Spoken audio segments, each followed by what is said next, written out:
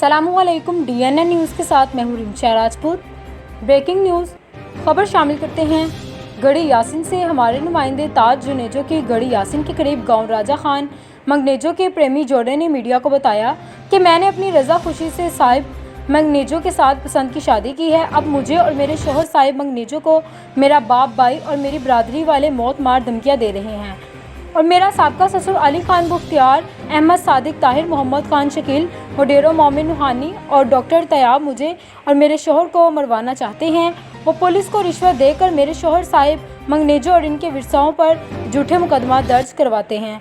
मैं अपने शोहर के साथ बहुत खुश हूँ। मैं आज ही सिंध DG SSP शिकारपुर और कानून लागू करने वाले बाला अफसरान से मुतालबा करती हूँ, मुझे मेरे शोहर साहिब मंगनेजो और इनके विरसाओं को तहफ़्फ़ुज़ दिया जाए। पुलिस और इन लोगों के ख़िलाफ़ कानूनी तौर पर इनको सज़ा दी जाए।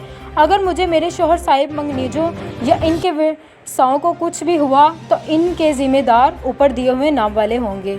रिपोर्ट कर रहे हैं ताज जुनेजो, DNA न्यूज़ HD से।